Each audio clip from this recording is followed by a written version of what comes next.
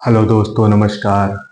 मेरा नाम अनूप मिश्रा है। मैं आप सभी के सामने बीपीएससी टीआरई 3 डॉक्यूमेंट वेरिफिकेशन कक्षा 1 से 5, कक्षा 6 से 8 तक में जो भी मेरे मित्र, साथी, भाई और बहन परीक्षा उत्तीर्ण करके शिक्षक बनने की चाह रख रहे हैं, उनसे कोई गलती ना हो जाए और इन सब प्रक्रियाओं से मैं पहले गुजर चुका हूँ। इसलिए मैं आप लोगों के समक्ष इससे संबंधित जानकारी और फैली भ्रांतियों को दूर करने आया हूँ। नमस्कार दोस्तों, मेरा नाम अनूप मिश्रा है। ये आपका अपना YouTube channel learn with Alka है। आपका इसमें हार्दिक स्वागत एवं अभिनंदन है। ठीक है दोस्तों, आइए चलते हैं, हम जानकारी लेते हैं। तो बीपीएससी टीआरई 3 की जो काउंसलिंग होनी है या डॉक्यूमेंट वेरिफिकेशन होना है, जिन भाइयों ने परीक्षाएं पास की हैं उनकी काउंसलिंग 9 जनवरी से लेकर 16 जनवरी तक प्रस्तावित है। इसके पहले ये दिसंबर 2024 में 11 जनवरी से 17 जनवरी तक प्रस्तावित थी, जिसको कैंसिल करके 9 से 16 जनवरी रखा गया है। अब आपको एक जानकारी मैं और दे दे रहा हूँ, सरकार अगर बहुत कोशिश करेगी तब जाके 9 जनवरी से लेकर 16 जनवरी तक काउंसलिंग करवा पाएगी। नहीं तो मेरे पास जो जानकारी है उसके अनुसार विभाग के अंदर इतना काम चल रहा है, साक्षरता 1 की पदस्थापना, सक्षमता 2 का काउंसलिंग वेरिफिकेशन, उसके बाद बीपीएससी टीआरई 1 टीआरई 2 का ट्रांसफर, उसके बाद जब इतना सारा काम हो जाएगा तब जाके कहीं टीआरई 3 के शिक्षकों का जिला आवंटन होगा। जब जिला आवंटन होगा उसके बाद इनका डॉक्यूमेंट वेरिफिकेशन होगा। तो फिलहाल जो 9 से 16 जनवरी है, इसमें समय है, हो सकता है ये डेट आगे भी बढ़ जाए। जो प्रक्रिया मुझे दिख रही है, क्योंकि 31 तारीख को प्रेस ब्रीफिंग करना था एसीएस या सिद्धार्थ को ट्रांसफर पोस्टिंग को लेकर के। अगर उन्होंने प्रेस ब्रीफिंग नहीं की, इसका मतलब ये है कि अभी वो कार्य उधर अधूरा है, पूरा नहीं हुआ है। तो जाहिर सी बात है ये डेट भी आगे बढ़ेगी। आइए देख लेते हैं बीपीएससी टीआरई 3 शिक्षक भर्ती के बारे में। इसका रिजल्ट जारी हो गया है। जिन भी भाई बंधुओं का सिलेक्शन हुआ है उनको ढेर सारी शुभकामनाएं। शिक्षक परिवार में सम्मिलित होने के लिए उनका हृदय से आभार। और जिन भाई बंधुओं का बीपीएससी टीआरई 3 में 1 नंबर, 2 नंबर, 4 या 5 नंबर से नहीं हुआ है, वो बीपीएससी के थ्रू टीआरई 4 की वैकेंसी का इंतजार करें, जो कि 2025 में नवंबर में चुनाव है। तो ये मान के चलिए नवंबर से पहले तो संपन्न करा लिया जाएगा। ठीक है, अब आगे रिजल्ट जारी हो गया है। डॉक्यूमेंट वेरिफिकेशन की बारी है। मैंने बता दिया कब से कब होना है, क्या क्या लेकर जाना है और अदर स्टेट वालों को सावधान रहना है कहाँ पर, और त्रुटि में सुधार कैसे करें। इन सभी पहलुओं पे हम आज जानकारी लेंगे। तो सबसे पहले आज हम जो डॉक्यूमेंट वेरिफिकेशन की बात बताएंगे, यानी कि आपको जो जिला अलॉट होगा वहां पर जाकर आप जो ज्वाइनिंग करेंगे, वहां से लेकर के आपकी जहां ट्रेनिंग होगी वहां तक, फिर ट्रेनिंग के आगे स्कूल में ज्वाइनिंग तक, वो सारी प्रक्रिया में बताएंगे। मेरा वीडियो थोड़ा लंबा हो सकता है, लेकिन अगर आप लोग धैर्य रखेंगे तो आपको सारी जानकारी धीरे धीरे मिल जाएगी। सबसे पहले हम बात करेंगे जो भी मेरे शिक्षक साथी कक्षा 1 से लेकर 5 तक के शिक्षक के रूप में चयनित है, उनको क्या क्या डॉक्यूमेंट अपने पास रखना है। सबसे पहले तो आपकी 4 फाइल जमा होगी। कितनी फाइल दोस्तों? 4 फाइल। 1, 2, 3, 4। सबसे पहली फाइल, 2 फाइल आपको बनानी है जब आपका डॉक्यूमेंट वेरिफिकेशन होगा। 2 फाइल ये मान के चलना। और तीसरी फाइल आपको बनानी है ओरिजिनल डॉक्यूमेंट की, और चौथी फाइल फोटोकॉपी। ये दोनों फाइल जो रहेगी फोटोकॉपी रहेगी उसमें। अब देखिए क्या क्या रहता है। सबसे पहले आपका आधार कार्ड होना चाहिए, और आधार कार्ड आपके मोबाइल से लिंक होना चाहिए। अगर मोबाइल से लिंक ना हो तो गूगल में जाइए, डालिए आधार मोबाइल लिंक, आ जाएगा। वहां से अपना आप डाल के चेक कर लीजिए। अगर आपके मोबाइल पे मैसेज आता है उस नंबर पे तो लिंक है। और आपके आधार से जो मोबाइल नंबर लिंक होगा वही मोबाइल लेकर डॉक्यूमेंट वेरिफिकेशन में जाना है। ठीक है दोस्तों, क्योंकि सबसे पहले आप जाएंगे तो देखेंगे कि काउंसलिंग हो रहा है, ढेर सारे काउंटर बने हैं, आप किसी भी काउंटर में लग जाएंगे, जाके अपना डॉक्यूमेंट रखेंगे तो सबसे पहले बोलेगा आप अपना मोबाइल नंबर बताइए। और जैसे ही आप अपना मोबाइल नंबर बताएंगे, आधार से एक थ्रू एक मोबाइल पे मैसेज आएगा। वो मैसेज आप उनको बताएंगे। वो जो बॉक्स रहेगा भरने वाला मैसेज का, जब उस पर क्लिक करेंगे तब जाके आपकी काउंसलिंग की प्रक्रिया आगे बढ़ेगी। तब एक प्रोफाइल खुल के चलाएगा, आपने कौन कौन सा डॉक्यूमेंट फॉर्म भरते समय दिया था, वही सारे डॉक्यूमेंट आपको उनके सामने वहां प्रस्तुत करने हैं, जिससे उनका वेरिफिकेशन एंड मिलान कर सके जो सॉफ्ट कॉपी में था और जो हार्ड कॉपी में है, क्या वो दोनों सेम है।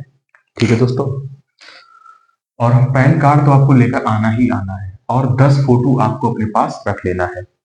आप लोगों ने बीपीएससी तैयारी 3 का एग्जाम दिया होगा, उसके एडमिट कार्ड की को बचा के रखना है, उस पे एक होलोग्राम लगा हुआ होगा, बचा के रखना है। ये आपके हर जगह काम आएगा। हमने तो इसको लेमिनेशन करवा के ज्वाइन के बाद भी रख लिया है।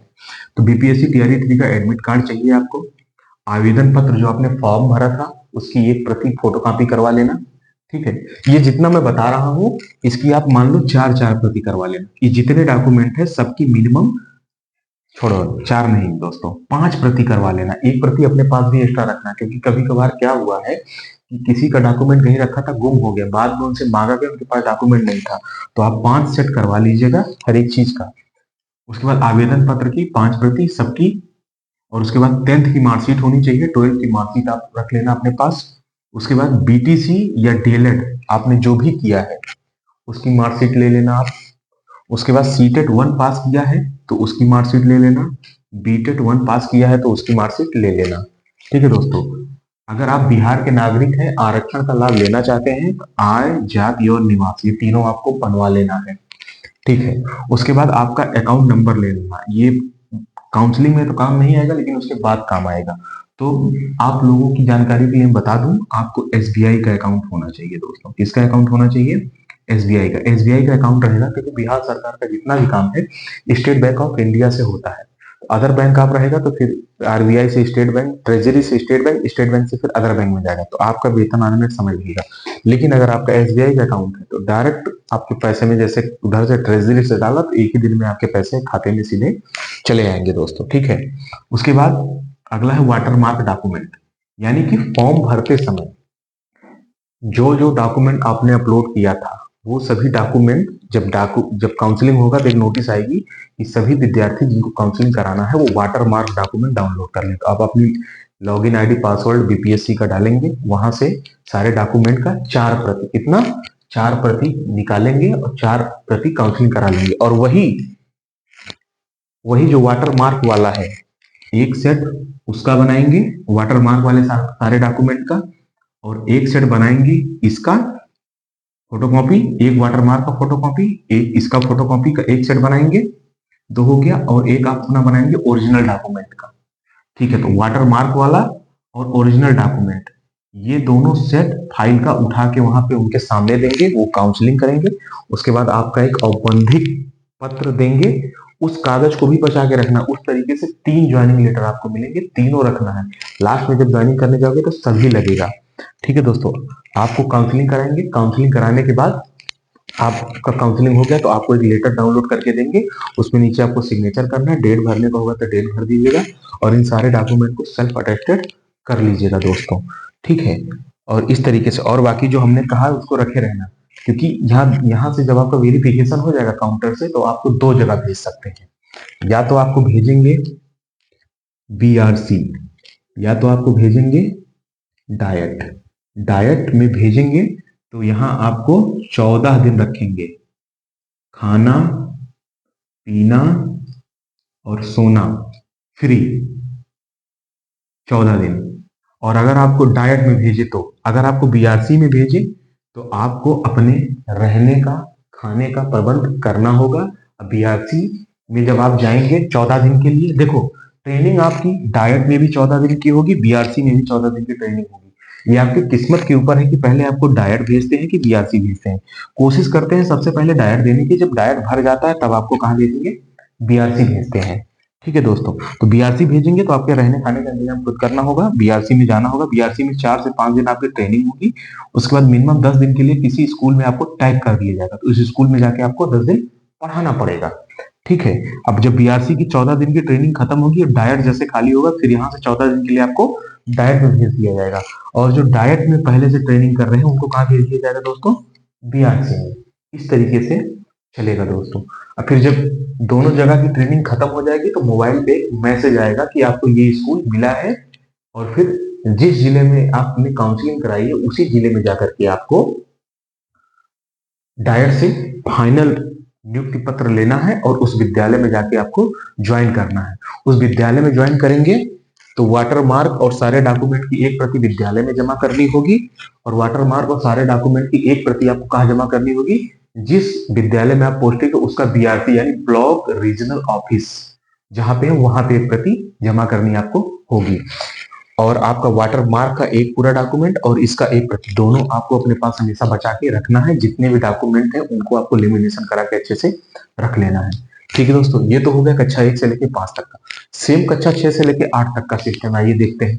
सबसे पहले आपके पास आधार कार्ड होना चाहिए। ठीक है, पैन कार्ड तो मस्ट है ही। और मोबाइल नंबर होना चाहिए। आधार का मोबाइल से जुड़ा हुआ होना चाहिए। अगर नहीं जुड़ा हुआ है तो आप इसको जोड़ लीजिएगा दोस्तों। ठीक है, बीपीएससी तैयारी 3 का आप लोगों के पास एक एडमिट कार्ड होना चाहिए। आवेदन पत्र जो आपने फॉर्म भरा था वो होना चाहिए। उसके बाद कक्षा 10 और 12 की मार्कशीट होनी चाहिए दोस्तों। उसके बाद आपका ग्रेजुएशन की मार्कशीट या डिग्री, यहाँ पे समस्या फंसती है। ठीक है, जैसे कि जब आप फॉर्म भरे होंगे तो वहां पे लिखा था प्रमाण पत्र। प्रमाण पत्र का मतलब होता है डिग्री। मार्कशीट का मतलब होता है अंक प्रमाण। अगर आपने मार्कशीट लगाई है ऑनलाइन फॉर्म में तो मार्कशीट लेके जाइएगा, और डिग्री है तो साथ में रखे रहिएगा। डिग्री नहीं है तो प्रोविजनल बनवा लीजिएगा दोस्तों।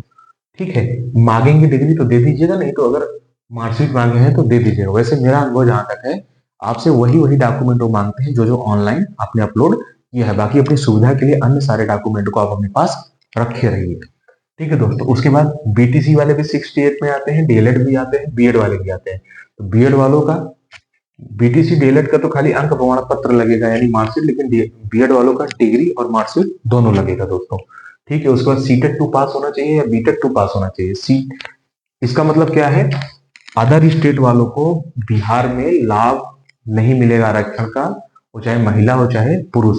सीटेट 2 में कम से कम आपका 90 नंबर होना चाहिए। 90 नंबर या उससे ज्यादा होना चाहिए, तभी आप लोग काउंसलिंग के लिए आना, नहीं तो बाद में आपको वैसे भी बाहर का रास्ता दिखा दिया जाएगा। ठीक है दोस्तों, या तो आप सीटेट पास हो या बीटेट 2 पास हो तो आप आ सकते हैं। अकाउंट नंबर जैसे यहाँ भी हमने आपको बताया था एसबीआई का, एसबीआई का ले लेंगे तो आपको फायदेमंद रहेगा। और सारा डॉक्यूमेंट वाटर मार्क वाला बना लीजिएगा।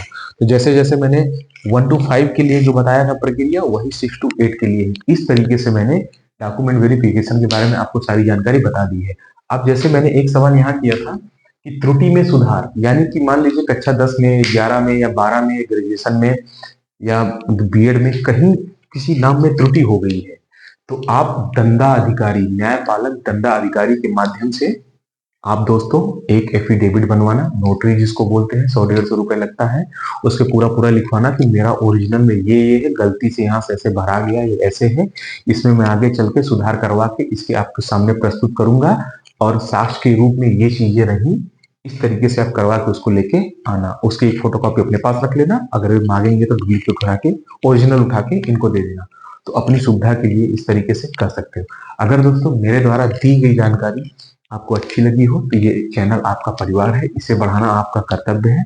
तो कृपया मेरे चैनल को सब्सक्राइब करिए, और जो भी जानने वाले हैं सब्सक्राइब, तो उनसे इसको आगे बढ़वाइए। और दोस्तों ट्रेनिंग से रिलेटेड, बीआरसी डायट में क्या होता है, कैसे प्रशिक्षण होता है, कैसे वहां से आपको गुजरना है, वहां पर भी परीक्षाएं होती हैं, उन सभी चीजों की जानकारी आगे आने वाले वीडियो में मैं आपको डिटेल से बताऊंगा। दोस्तों चैनल पर बने रहें। जय हिंद, नमस्कार, जय भारत।